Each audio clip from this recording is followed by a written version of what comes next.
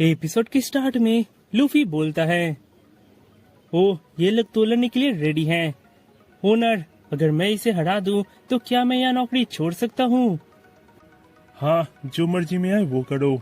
वैसे कुछ देर पहले तुमने कहा कि तुम किंग ऑफ पायरेट बनना चाहते हो, क्या तुम सीरियस हो? हाँ, मैं बिल्कुल सीरियस हूँ। किंग ऑफ पायरेट तो मैं ही बनूंगा। जब मैं पायरेट था तब मैं बहुत सारे फेमस पायरेट से मिला था, पर कोई भी तुम्हारे जैसा ये इजीली नहीं कर पाया। तुम में कुछ बात तो है। दोस्तों, हमें बस वो सिप चाहिए। उस सिप के सहारे हम किसी के भी ऊपर भी बिना नुकसान के हमला कर सकते हैं, क्योंकि कोई भी उस सिप पर शक नहीं करेगा कि ये एक पायरेट शिप है और उसके सहारे हम किसी भी शिप को लूट सकते हैं। पर बॉस, अगर इस शिप को लेकर हम फिर से ग्रैंडलैंड जाए और हमारा मुलाकात फिर से मिहोक से हुआ तो वो तो हम सबको इस बार मार देगा। बकवास बंद करो। तुम्हें क्या लगता है एक इंसान इतने बड़े शिप को काट सकता है? मिहोक के पास जरूर एक डेविल फ्रूट का पावर है, जिसके पावर से ही उसने ये किया है, नहीं तो कोई भी नॉर्मल इंसान ये नहीं कर सकता। ग्रैंडलैंड में बहुत सारे ऐसे लोग हैं जिनके पास डेविल फ्रूट के पावर है, इस बच्चे की तरह। रेडफुट ज़ेब वो आदमी है जो 3 साल ग्रैंडलैंड में रहकर वापस आया है, वो भी बिना नुकसान के। उसके लॉग बुक में जरूर बहुत सारी इन्फॉर्मेशन होगी, इसलिए इस बार हमें और तकलीफ नहीं होगी। और शायद उसमें वन पीस का इन्फॉर्मेशन भी हो, जिससे हमें वन पीस भी मिल जाए। इसलिए लेट मत करो और उस शिप में हमला करो। इधर यह सुनकर सांजी एक कुक को वहाँ का पिलर ओपन करने को बोलता है। इधर तभी वे उस शिप के ऊपर हमला करने जाते हैं, पर तभी लूफी कुछ सेकंड में उन सबको पीट देता है। इनकी जैसे अजीब पावर यूज करने वाले लोग बहुत सारे हैं ग्रैंडलैंड में। सांजी, इस लड़के को ध्यान से देखना। एक सेकंड के लिए भी इस लड़के से नजर मत हटाना जब तक ये जीत न जाए। तुम सच में एक बुरे इंसान हो। जिस रेस्टोरेंट ने तुम्हें खाना दिया तुम उसे ही लूटने पर पड़े हो। तुम्हें बहुत पीटने वाला हूँ। हाँ, और वो कैसे? भूलो मत, तुम डेविल फ्रूट यूजर हो। एक बार पानी में जाते ही तुम्हारा खेल खत्म हो जाएगा। ओ, उसकी टेंशन तुम मत लो। इधर हम देखते हैं तो उस बराटिया शिप में पैर रखने का एक जगह बन जाता है, जिसे देखकर सांजी बोलता है, अब बस हमें उन्हें यहीं पर रोकना है और हमारा काम हो जाएगा। ओ, ये तो अच्छी चाल है, पर इसमें तुम्हारा भी लॉस है, क्योंकि अब हमारे लोग वहाँ पर पैर रख पाएंगे। इधर पार्टी और वो कुक एक सबमरीन लेकर डॉन क्रीक के पास जाकर बहुत सारा कैनन उसके ऊपर फायर करता है, पर उससे डॉन क्रीक को एक खरोच तक नहीं आता और वो गुस्सा होकर उस पूरे सबमरीन को बाएं हाथ से उठाकर उस रेस्टोरेंट की तरफ फेंक देता है, जिसे आते देखकर सांजी अपने किक से उसे दूर फेंक देता है। यह देखकर सब एकदम से चौंक जाते हैं। इधर इतने में वहाँ वे सब पायरेट वहाँ आ जाते हैं। यह देखकर पार्टी बोलता है, हम इस रेस्टोरेंट को तुम्हारे हवाले कभी नहीं करेंगे, क्योंकि ये एक रेस्टोरेंट है जिन्होंने हमें अपनाया है। बाकी जहाँ हम काम करने गए हैं वहाँ हमारे एग्रेसिव नेचर के कारण सब लोगों ने हमें भगाया है, इसलिए ये जगह हमारे घर जैसा है और ये तुम्हें हम कभी नहीं देंगे। यह सुनकर बाकी कुक भी भड़क जाते हैं और वे बहुत जल्दी ही उन सब पायरेट्स को पीट देते हैं। इधर तभी अचानक वहाँ कोई आता है जो पार्टी और एक कुक को कुछ ही देर में ढेर कर देता है। मैं हूँ पाल, लोग मुझे इनविंसिबल शील्ड के नाम से भी जाने जाते हैं। अब ये दोनों कभी नहीं उठेंगे, क्योंकि इन्हें इस शील्ड ने मारा है। इधर तभी वे पायरेट उनके ऊपर हमला करने जाते हैं, पर तभी सांजी अपने किक से उन्हें धो डालता है। ये आखिर किस तरह का लड़ाई है? तुम सिर्फ किक यूज कर रहे हो। एक कुक का सबसे इम्पोर्टेंट अंग उसका हाथ होता है, इसलिए उस हाथ में खरोच न लाने के लिए मैं पैर चलाता हूँ, और तुम लोगों के लिए मेरा ये पैर ही काफी है। ओह, तुम बकवास तो काफी करते हो, मुझे कम मत समझो। मैंने आज तक 61 लड़ाई लड़ी है और उन सब में मैं ही जीता हूँ, बिना खून बहाए। लोग आज तक मेरे शरीर से एक कतरा भी खून नहीं निकाल पाए हैं। इधर डॉन क्रीग लूफी की ध्यान को भटकता देखकर उसके ऊपर हमला करता है, जिससे लूफी छिटक कर पाल के ऊपर आ गिरता है, जिसके कारण उसके नाक से खून बहने लगता है। यह देखकर वो बहुत ही गुस्सा होकर उस पूरे रेस्टोरेंट को ही जलाने लगता है। जिसे देखकर सब बहुत ही गुस्सा होने लगते हैं। यह देखकर सांजी गुस्सा होकर अपने किक से उसे वहीं पर नॉक कर देता है। पर तभी वहाँ गिन आकर रेड फूड जेब को हॉस्टेज बना लेता है।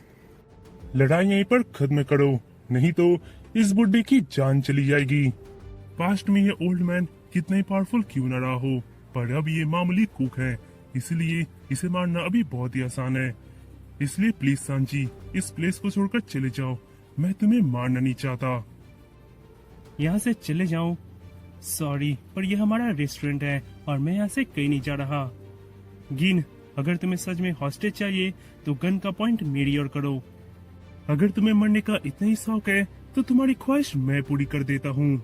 यह कहकर वो सांजी को मारता है और सांजी उसमें काफी जख्मी हो जाता है। इधर गिन बोलता है, क्यों सांची, प्लीज, मैं तुम्हें मारना नहीं चाहता, यहाँ से चले जाओ। मैं यहाँ से कहीं नहीं जा सकता क्योंकि ये रेस्टोरेंट उस ओल्ड मैन का ट्रेजर है। मैंने उस ओल्ड मैन से सब कुछ छीन लिया, उसका पावर, उसका पायलट बनने का सपना, सब कुछ। और अब मैं उससे उसका ट्रेजर नहीं छीन सकता, और उसके लिए अगर मुझे मेरी जान भी देनी पड़ी तो भी मैं पीछे नहीं हटूंगा। इधर तभी अचानक वो आकर सांजी को और जोर से मारता है, जिससे सांजी लगभग बेहोश हो जाता है।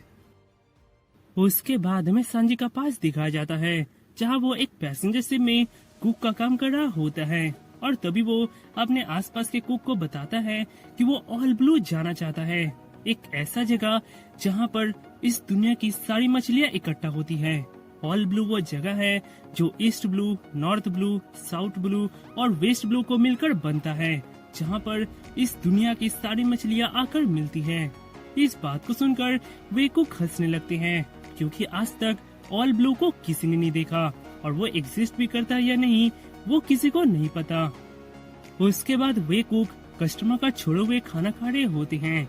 ये सब देखकर सांजी बोलता है, आखिर तुम लोग क्यों कस्टमर का छोड़ा हुआ खाना खाते हो? वो सब तो झूठे हैं। सांजी, लगता है तुम इस समुद्र में फूड का वैल्यू नहीं समझते। यहाँ पर फूड मिलना काफी मुश्किल होता है, इसलिए हमें फूड की इज्जत करनी चाहिए। इधर इतने में वहाँ कुक पायरेट यानी ब्लैक फूड जेब उस पैसेंजर शिप में हमला कर देता है और पूरे शिप को लूटने लगता है।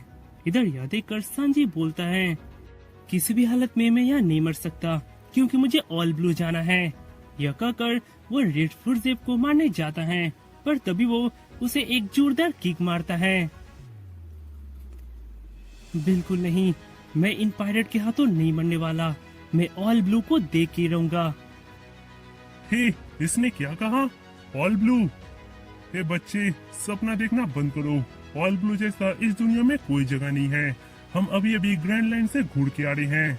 इधर इतने में वहाँ एक जोरदार लहर आता है, जिससे सांजी समुद्र में गिर पड़ता है, जिसे बचाने के लिए जेब भी उधर कूद जाते हैं। इधर उस लहर के कारण वो पूरा पैसेंजर शिप भी डूब जाता है और जेब का एक पैर उसमें किसी तरह फंस जाता है, पर वो सांजी को बचाने के लिए अपने पैरों को काट देता है। उसके बाद हम देखते हैं तो सांजी और वो समुद्र से घिरे हुए एक छोटे से चट्टान के ऊपर होते हैं। इधर तभी अचानक सांजी अपना आँख खोलता है। तो तुम उठ गए बच्चे? ये क्या हुआ? हम कहाँ हैं? उस लहर के कारण सब कुछ टूट गया। हम लकी थे कि उस लहर ने हमें इधर फेंक दिया। बाकी लोगों का पता नहीं, शायद वे सब मर चुके हैं। क्या? ये सब तुम्हारी गलती है, मैं तुम्हें छोड़ूंगा नहीं। कंप्लेन करने से कुछ नहीं होगा बच्चे। अगर तुम यहाँ भूख से बैठे बैठे कंकाल नहीं बनना चाहते हो तो मैं जैसा कहता हूँ वैसा ही करो। इस चट्टान के दूसरी तरफ जाओ और वहाँ बैठे रहो, और अगर कोई शिप दिखता है तो मुझे इन्फॉर्म करो। वो रहा तुम्हारा खाना, ध्यान से खाना, क्योंकि हमारे पास बस इतना ही खाना है। इसके खत्म होते ही हमारे पास मरने के अलावा और कोई रास्ता नहीं बचेगा, क्योंकि यहाँ फिशिंग करना भी काफी मुश्किल है। अगर हम नीचे गए मछली पकड़ने के लिए तो ऊपर नहीं आ पाएंगे, क्योंकि ये चट्टान काफी खराब है, इसलिए उसे ध्यान से खाना। ये क्या? तुम्हारे खाने का बैग इतना बड़ा क्यों है? ऑफ कोर्स बड़ा होगा, क्योंकि मेरा पेट तुमसे बहुत बड़ा है। अब बकवास बंद करो और उधर जाओ। उसके बाद सांजी जेब के कहने के मुताबिक चट्टान के उस तरफ चले जाता है और अपने खाने को धीरे धीरे खाने लगता है और इस तरह से काफी महीने बीत जाते हैं, पर उसके बावजूद भी उन्हें एक भी शिप दिखाई नहीं देता और इधर सांजी का सारा खाना खत्म हो जाता है। और इधर सांजी को ये सब देखकर उसको का बात याद आता है कि इस समुद्र में खाने की क्या कीमत है। उसके बाद सांजी ये देखने के लिए कि वो ओल्ड मैन मर गया नहीं उधर जाता है तो जेफ अभी भी जिंदा होता है और उसके पास वो खाने का बैग अभी भी वहाँ पड़ा होता है। यह देखकर सांजी उसे लेने जाता है तो उसमें से हीरे जवाहरात के अलावा और कुछ भी नहीं निकलता। ये सब क्या है? इसमें तो खाना नहीं है, इसमें तो हीरे जवाहरात है। तुमने सारा खाना मुझे दे दिया। तुम इतने महीने से भूखे थे, क्यों?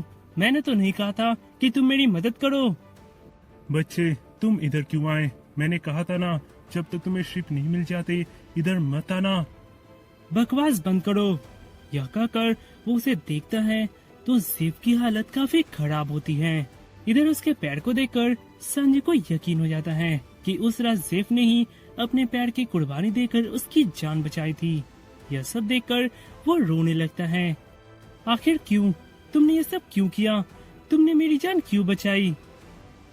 क्योंकि तुमने भी मेरे जैसा सपना देखा था, ऑल ब्लू का। All blue? पर तुम्हारे लोग तो कहते हैं वो ग्रैंडलैंड में कहीं नहीं है। बेवकूफ, वो है, हम बस उसे ढूंढ नहीं पाए। पर लगता है मेरा उसे ढूंढने का सपना सपना ही रह जाएगा, क्योंकि अब मैं एक पैर के सहारे पायलट नहीं बन सकता। पर तुम जरूर जाना और ऑल ब्लू को खोजना। अब मुझे समझ आया कि इस समुद्र में भूखे रहना कितना खराब लगता है। इसलिए मेरा अब एक ही सपना है, अगर किसी तरह मैं यहाँ से बच गया तो मैं एक समुद्र में एक रेस्टोरेंट खोलूंगा जहाँ मैं सबको खाना खिलाऊंगा। ये बात है तो ओल्ड मैन, इसमें मैं आपकी मदद करूंगा, इसलिए प्लीज यहाँ मत मरिए, यहाँ जरूर कोई शिप आ जाएगा। इधर तभी सांजी देखता है तो उधर से एक शिप आता है। उस डैम बुड्ढे ने मुझे बचाने के लिए अपने पैर को कुर्बान कर दिया था, इसलिए उसके इस काम को रिपे करने के लिए अगर मुझे यहाँ जान भी देना पड़ा तो मैं पीछे नहीं हटूंगा। क्यों सांजी, आखिर तुम क्यों खड़े हुए? जिससे ये रेस्टोरेंट हमेशा रेस्टोरेंट ही रहे। तुम्हारा स्टोरी तो अच्छा था, पर सॉरी, ये रेस्टोरेंट अब एक पायरेट शिप बनने वाला है, इसलिए अब मर जाओ। इधर लूफी यह सब सुनकर बहुत ही गुस्सा हो जाता है और तभी वो अपने पैरों को बहुत ही लंबा करके उस पैनल को ही तोड़ देता है।